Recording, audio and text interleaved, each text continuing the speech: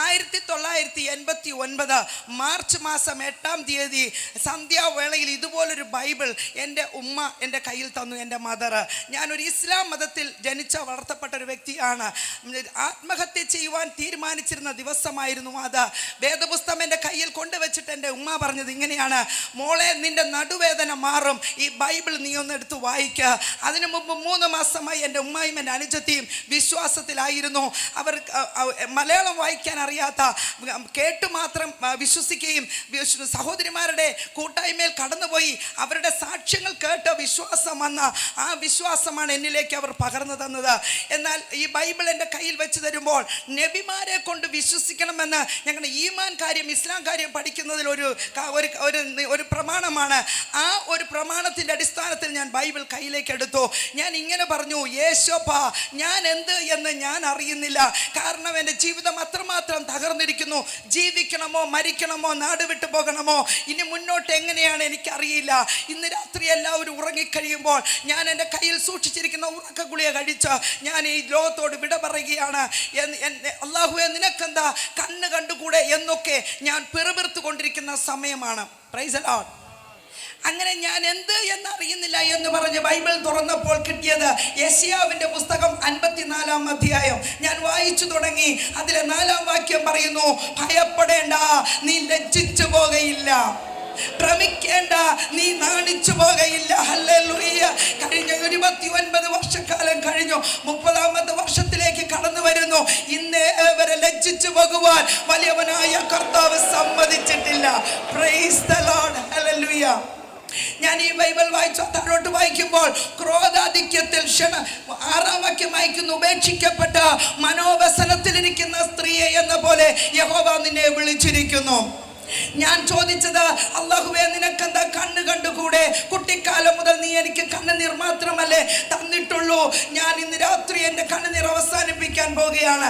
ആ ബൈബിളിലെ വാക്യം കേട്ടോ: ഉപേക്ഷിക്കപ്പെട്ട മനോവ്യസനത്തിലിരിക്കുന്ന സ്ത്രീയെ എന്ന പോലെ യഹോവ നിന്നെ വിളിച്ചിരിക്കുന്നു.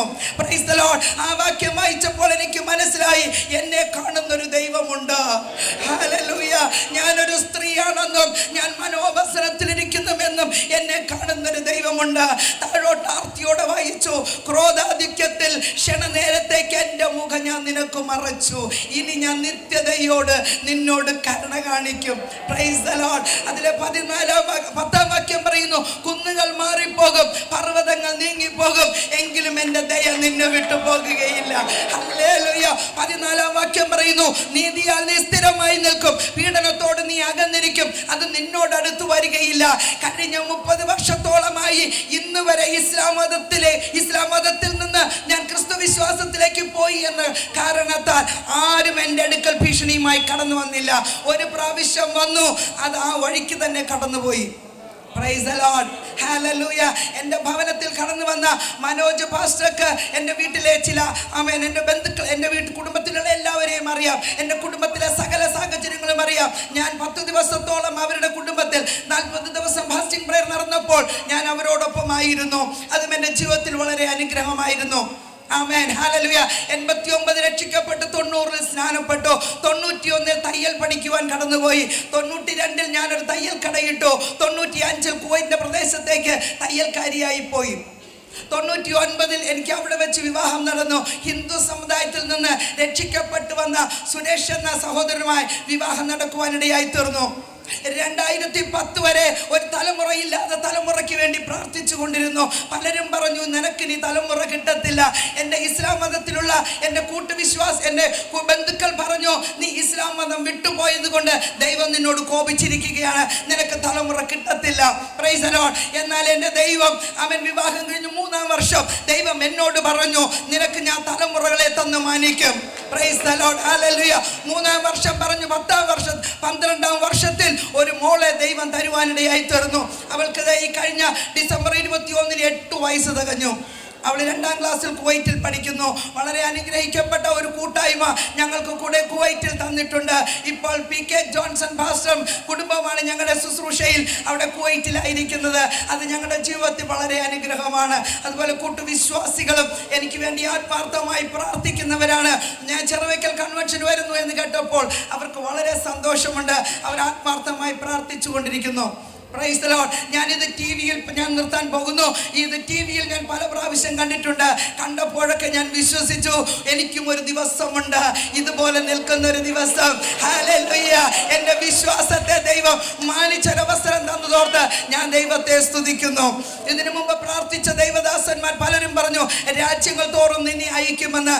ഞാൻ ചോദിച്ചു കർത്താവേ, ആമേൻ, ഈ 30 വർഷം തികയാൻ പോകുന്നു. ഇതുവരെ ഞാൻ കുവൈറ്റിൽ അല്ല, ഞാനത് ജോലിക്ക് വേണ്ടി കടന്നു പോയതല്ലേ. ഞാൻ വിവാഹം കഴിഞ്ഞ് തയ്യലൊക്കെ നിർത്തി എൻ്റെ കാലിൽ നീര് വരുന്നത് കൊണ്ട് അതെല്ലാം നിർത്തിയപ്പോൾ അറബി ടീച്ചറായി ഞാൻ അവിടെ ജോലി ചെയ്യുകയാണ്. എന്നാൽ രാജ്യങ്ങൾ തോറും അയക്കുമെന്ന് പറഞ്ഞപ്പോൾ എന്നാ കർത്താവേ, എവിടെയാ കർത്താവേ എന്ന് ഞാൻ ചോദിച്ചു കൊണ്ടിരുന്നു.